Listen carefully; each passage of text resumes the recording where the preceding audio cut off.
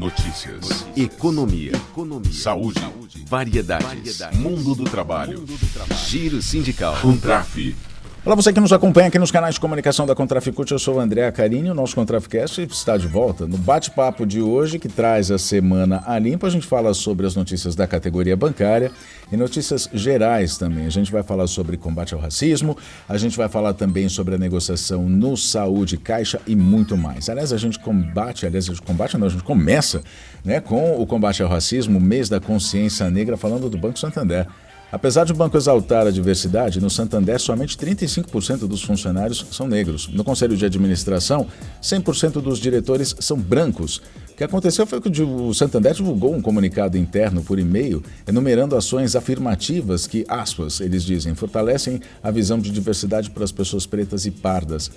A diretora executiva do Sindicato dos Bancários de São Paulo, Osasco e Região, o SP Bancários, e funcionária do Santander, a Ana Marta Lima, questiona isso. Ela diz, onde estão esses negros? Que cargos eles ocupam no banco? São funções de liderança? E ela responde, não sabemos porque o Santander não divulga esses dados.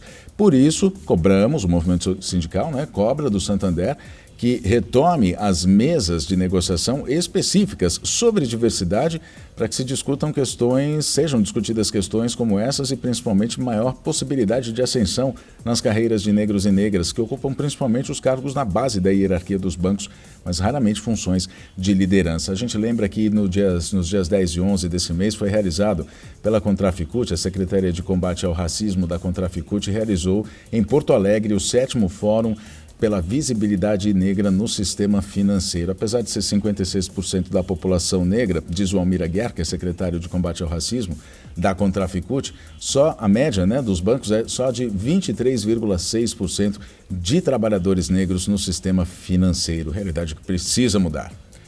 Semana teve movimentação no Saúde Caixa, foram intensas rodadas de negociação até que na última quarta-feira, dia 22, o banco apresentasse uma proposta. Nela se mantém o percentual de contribuição dos titulares em 3,5% sobre a remuneração base com valor fixo de R$ 480 por dependente. Atendendo a uma reivindicação da representação dos empregados, a Caixa também reduziu o teto de 10% previsto na proposta anterior para 7% da remuneração. Além de outros pontos, premissas fundamentais do plano ficaram garantidas. Para a coordenadora do Comando Nacional dos Bancários e presidenta da Contraficute, Juvândia Moreira, a proposta foi a possível para não onerar mais os empregados e manter a sustentabilidade do plano para todos os empregados. Disse ela, não foi uma negociação fácil, mas conseguimos um acordo que seja o menos prejudicial possível para os empregados. Live sobre o tema, inclusive, foi realizada nesta quinta-feira, Está disponível no YouTube da Contraficute, @Contraficute. Se você perdeu, pode assistir por lá. A gente vai, inclusive, ouvir a coordenadora da Comissão Executiva dos Empregados da Caixa, a Fabiana Uerrara Procholt, sobre esse tema, sobre o Saúde Caixa. Nas negociações, nós também avançamos em ter acesso às informações primárias, e uma coisa que acho que todo mundo estava esperando, e conversa diretamente com o custeio, com a qualidade do nosso plano, não só com relação ao custeio, mas a qualidade.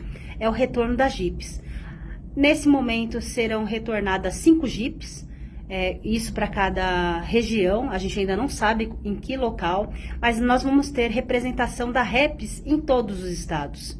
E outro assunto importante é também o retorno dos comitês de credenciamento e descredenciamento. Nesse cenário, o que a gente já tinha avisado em reuniões anteriores é que nós não vamos ter parcelas extraordinárias, já que existe uma previsão do déficit para esse ano de 422 milhões de reais para o ano que vem. Então, nós estamos saindo da negociação com 2023 resolvido e 2024 com a perspectiva já do plano equilibrado. A gente fala sobre reforma tributária. A Comissão de Assuntos Econômicos do Senado aprovou na quarta-feira, dia 22, o projeto de lei 4.173, que versa sobre a taxação de investimentos de pessoas físicas no exterior, as chamadas offshores, e a antecipação de impostos nos fundos exclusivos, aqueles que exigem um investimento mínimo de 10 milhões, conhecidos como os fundos dos super ricos. Esse texto agora vai para votação no plenário em regime de urgência. Proposta do Executivo, essa taxação é prioridade do governo Lula.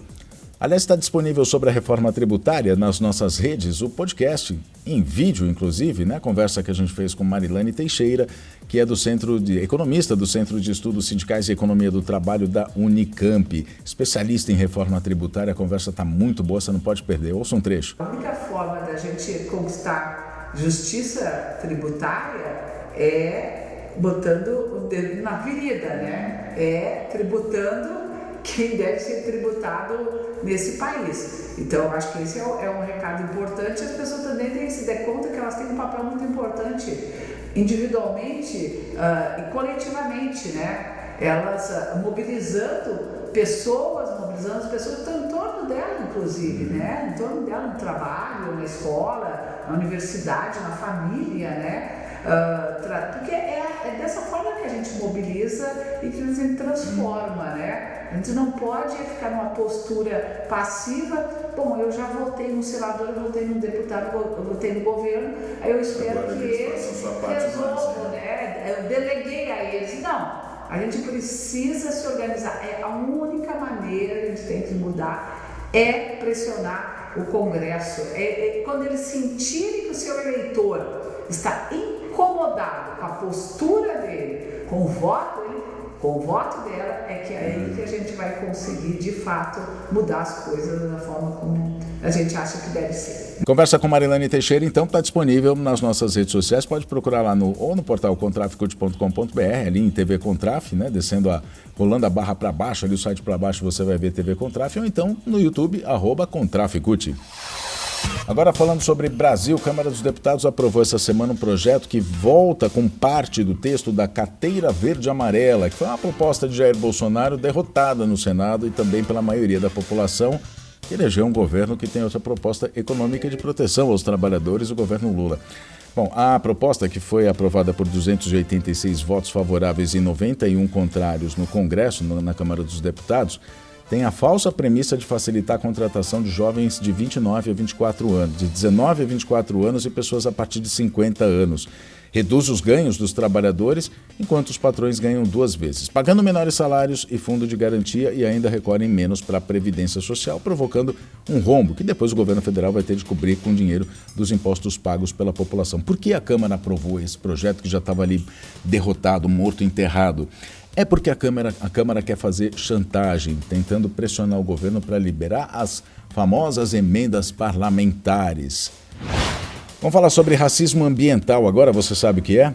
Bom, você já deve ter ouvido falar, né? Mas a gente vai explicar aqui. Mês da Consciência Negra, é importante que a gente saiba todos os impactos sobre a população negra na nossa sociedade.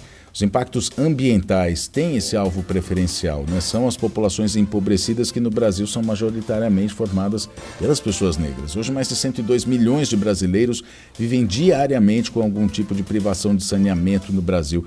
Significa que 1 a cada 2 pessoas não tem acesso a serviços considerados básicos, como abastecimento de água, coleta de esgoto ou simplesmente um banheiro. Esses dados são da PNAD, Pesquisa Nacional por Amostra de Domicílios do IBGE. Desses 102 milhões de brasileiros que vivem diariamente com algum tipo de privação de saneamento, de privação de saneamento, desse total, 66% são pessoas negras. Daí o racismo ambiental, porque os impactos ambientais, eles atingem mais a população negra. Agora a gente termina esse Contraficast falando sobre a importância, o peso dos sindicatos nas negociações salariais. De janeiro a outubro desse ano, 78,3% dos acordos ficaram acima da inflação, que é medida pelo INPC do IBGE. Outros 16,4% foram equivalentes ao índice, enquanto 5,4% ficaram abaixo. A variação média nesse ano é de 1,13% acima do INPC, que é o indicador usado como referência nas negociações salariais.